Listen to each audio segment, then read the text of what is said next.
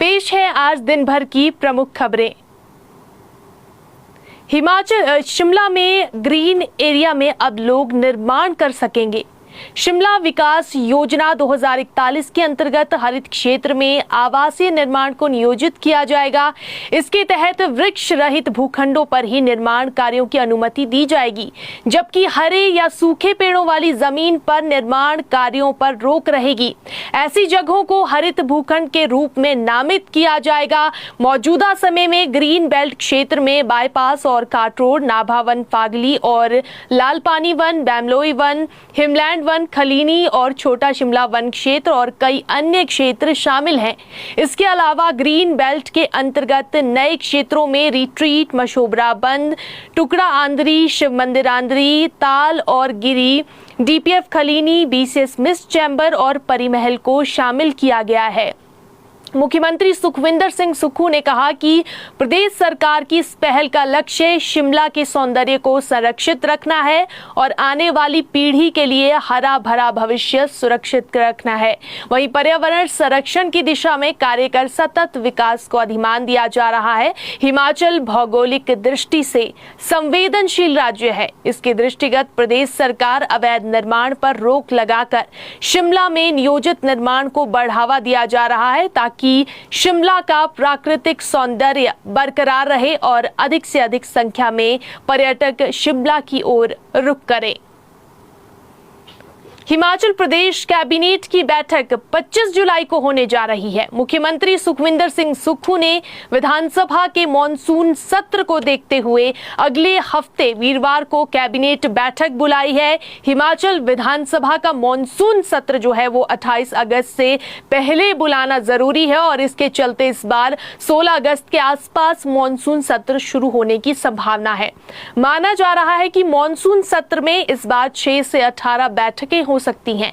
ऐसे में 25 जुलाई को बुलाई गई कैबिनेट मॉनसून सत्र को देखते हुए बेहद ही अहम होने वाली है और 12 दिनों के अंदर कैबिनेट की ये दूसरी बैठक होने जा रही है। इस कैबिनेट में भर्तियों के नए दरवाजे खुलने की उम्मीद है। इसके अलावा लोकसभा और विधानसभा उपचुनावों में जनता से किए गए वादों को भी पूरा करने के एजेंडे इस कैबिनेट में लाए जा सकते हैं।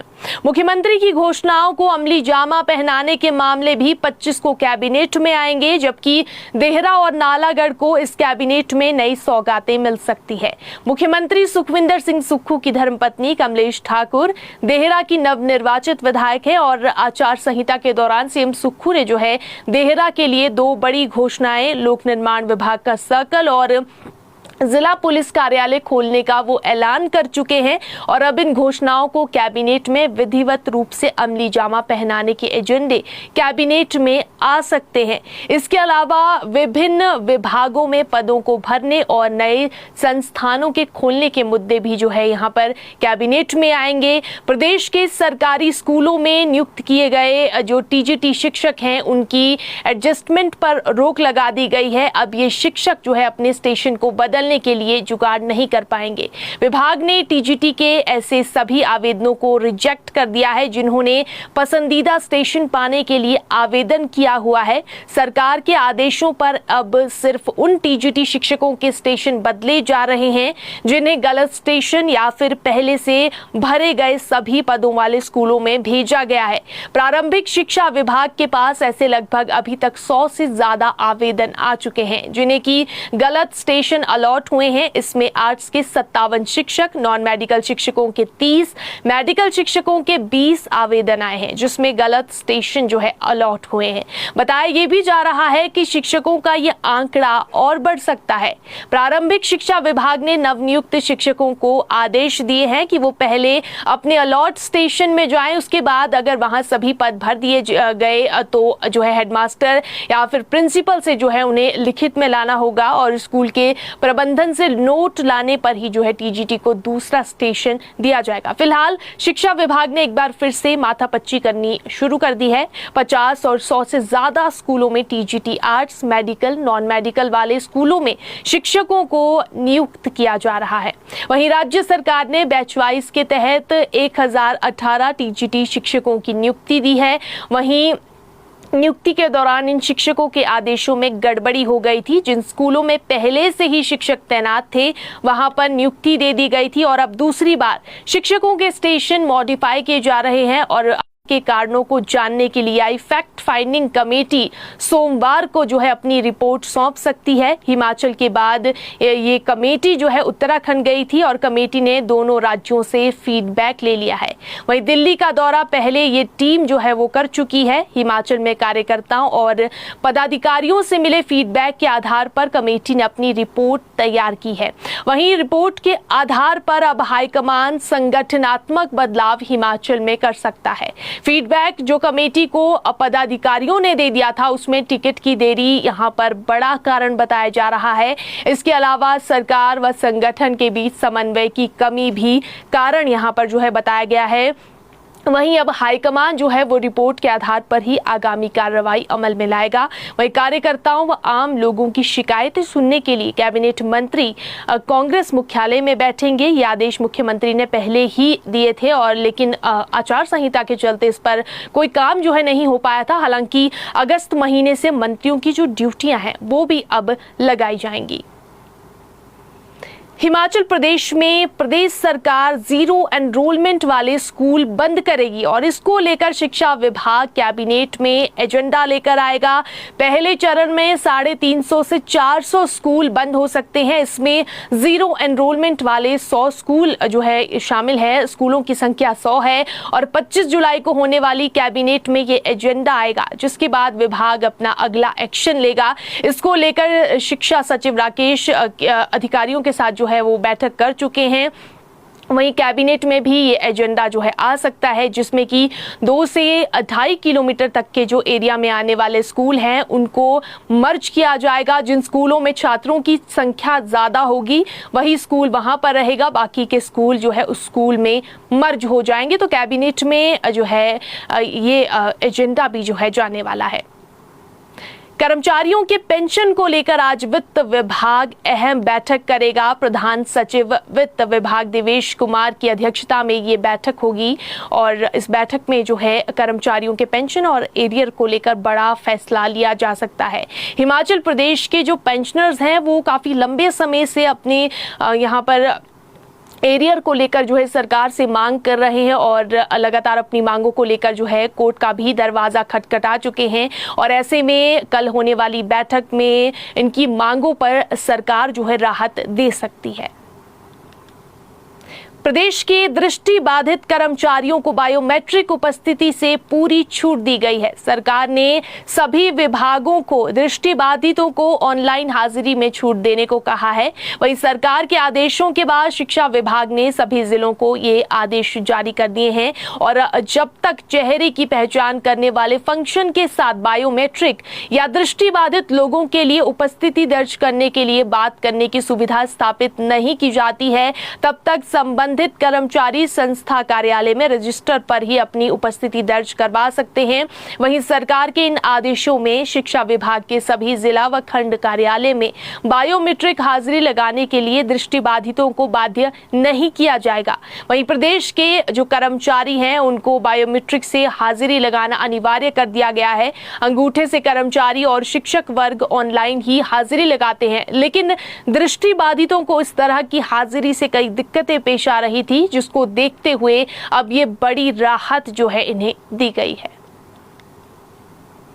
वीकेंड पर पर्यटकों से भरी रहने वाली हिमाचल की सैरगाहें इन दिनों सूनी पड़ी हुई हैं। मॉनसून आने से सैलानियों की आवक कम हो गई है। पर्यटन कारोबारियों के चेहरों पर निराशा के बादल छा गए हैं। वहीं होटलों की ऑक्यूपेंसी जो कि वीकेंड पर 70% तक पहुंच जाती थी, वो अब 20% रह गई है। सैलानियों को लुभाने के लिए होटल व्यवसायियों द्वारा जो है तरह तरह के ऑफर्स भी दिए जा रहे हैं, लेकिन बावजूद इसके इसमें जो है कम ही सैलानी हिमाचल पहुंच रहे हैं।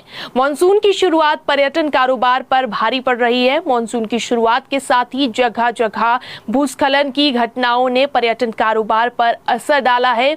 लोगों के मन में बरसात को लेकर डर बैठ गया है, जिससे कि अब पर्यटक जो है वो हिमाचल का रुख करने से डर रहे हैं। पर्यटन कारोबारियों का भी ये कहना है कि इससे पहले एक हफ्ते के अंतिम दिन में जो है हिमाचल में पर्यटकों की संख्या ज़्यादा होती थी, लेकिन इस बार पर्यटकों की जो आमद है वो अब ना के बराबर है। होटलों की ऑक्यूपेंसी अब 20% तक रह गई है।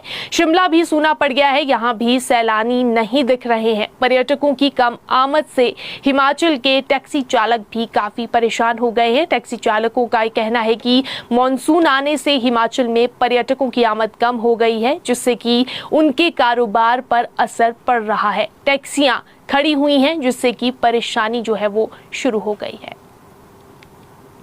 हिमाचल प्रदेश में बारिश की वजह से पहाड़ों के दरकने की खबरें लगातार सामने आ रही हैं। इसकी वजह से हादसे भी हो रहे हैं। चंडीगढ़ मनाली नेशनल हाईवे पर भी 9 मील के पास HRTC की चलती बस पर पहाड़ी से एक बहुत बड़ी चट्टान आकर टकरा गई। गनीमत ये रही कि इस चट्टान का एक कोना बस के अगले हिस्से से टकराया। अगर ये चट्टान पूरी बस पर गिर जाती तो एक बहुत बड़ा हादसा पेश आ सकता था। इस हादसे में बस में सवार 2 से 3 सवारियों को हल्की चोटें आई है, जिन्हें जो है प्राथमिक उपचार के बाद भेज दिया गया है। तो वहीं चंबा की बात करें तो चंबा में भी पहाड़ दरकने से एक चट्टान लुढ़क कर सड़क पर आई और चलती कार उससे टकरा गई। इस हादसे में 2 की मौत हो गई। केलोंग डिपो की ये बस जो है मनाली से शिमला जा रही थी। रात करीब 11:30 बजे जब ये बस 9 मील के पास पहुंची तो उस समय भारी बारिश हो रही थी। 9 मील के पास पहले ही स्लाइडिंग पॉइंट है और जिसकी वजह से यहाँ ऐसे हादसे जो है वो होते रहते हैं। जैसे ही ये बस यहाँ स्लाइडिंग पॉइंट के पास पहुंची तो पहाड़ी से एक बहुत बड़ी चट्टान नीचे लुढ़कती हुई आई और उसका एक कोना जो है वो बस के अगले हिस्से से जा टकराया।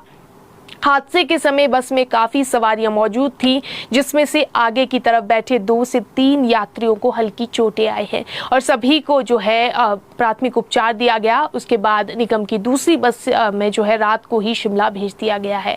और यहाँ पर चट्टान की वजह से जो है रात को करीब 1 घंटे तक हाईवे बाधित रहा, लेकिन उसे रात को ही बहाल कर दिया गया था। एक बार फिर यहाँ पर जो KMC कंपनी है उसकी कार्यप्रणाली पर सवाल उठ रहे हैं। नागचला से लेकर पंडोह तक 4 लेन का जो काम चल रहा है, निर्माण कार्य चल रहा है, उसमें जुटी KMC कंपनी की कार्यप्रणाली की वजह से इस प्रकार के हादसे हो रहे हैं। पिछली बरसात की बात करें तो उस समय भी पहाड़ी पर खतरे के रूप में जो चट्टानें या मलबा लटका हुआ है उसे हटाने की तरफ समय रहते कोई ध्यान नहीं दिया गया और अब ये सब हादसे जो है यहाँ पर हादसे का कारण बन रहे हैं।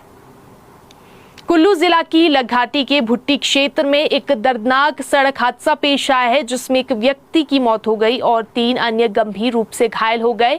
एक गाड़ी कुल्लू से लघाटी की ओर जा रही थी तो अचानक भुट्टी के पास गाड़ी अनियंत्रित होकर सरवरी नदी में जा गिरी। हादसा इतना भयानक था कि नदी में गिरते ही कार के परखच्चे उड़ गए। कार में उस समय 4 लोग सवार थे। हादसे में भूपेंद्र सिंह की मौके पर ही मौत हो गई, जबकि वरुण ठाकुर, बॉबी और हिमांशु गंभीर रूप से घायल हो गए। वहीं इन घायलों को एम्बुलेंस से कुल्लू हॉस्पिटल पहुंचाया गया, जहां उनका उपचार जो है चल रहा है। वहीं CPS सुंदर सिंह ठाकुर ने जो अस्पताल जाकर उन्होंने जो है यहां पर घायलों का हालचाल जाना है और संवेदनाएं व्यक्त की हैं। पुलिस ने मामला दर्ज कर छानबीन शुरू कर दी है।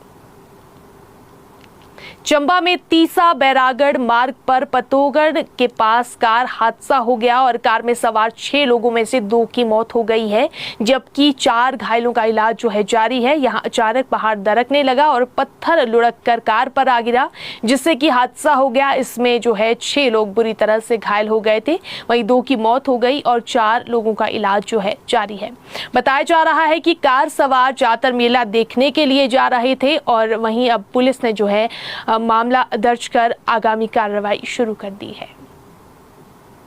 पंचरुखी के पंचायत भरवाना में एक महिला ने फंदा लगाकर आत्महत्या कर ली। मृतका की पहचान दिव्या के रूप में की गई है। पंचायत के उप प्रधान आदर्श सूद ने इस बात की जानकारी दी। उन्होंने बताया कि महिला ने आज सुबह करीब 3 बजे जो है घर की निचली मंजिल में फंदा लगाकर आत्महत्या कर ली और जब ससुराल पक्ष के लोगों को इस बात का पता चला तो उन्होंने तुरंत महिला के जो मायके वाले हैं उनको फ़ोन पर इसकी जानकारी दी, जिस पर मायका पक्ष के जो लोग हैं वो भी मौके पर पहुंच गए।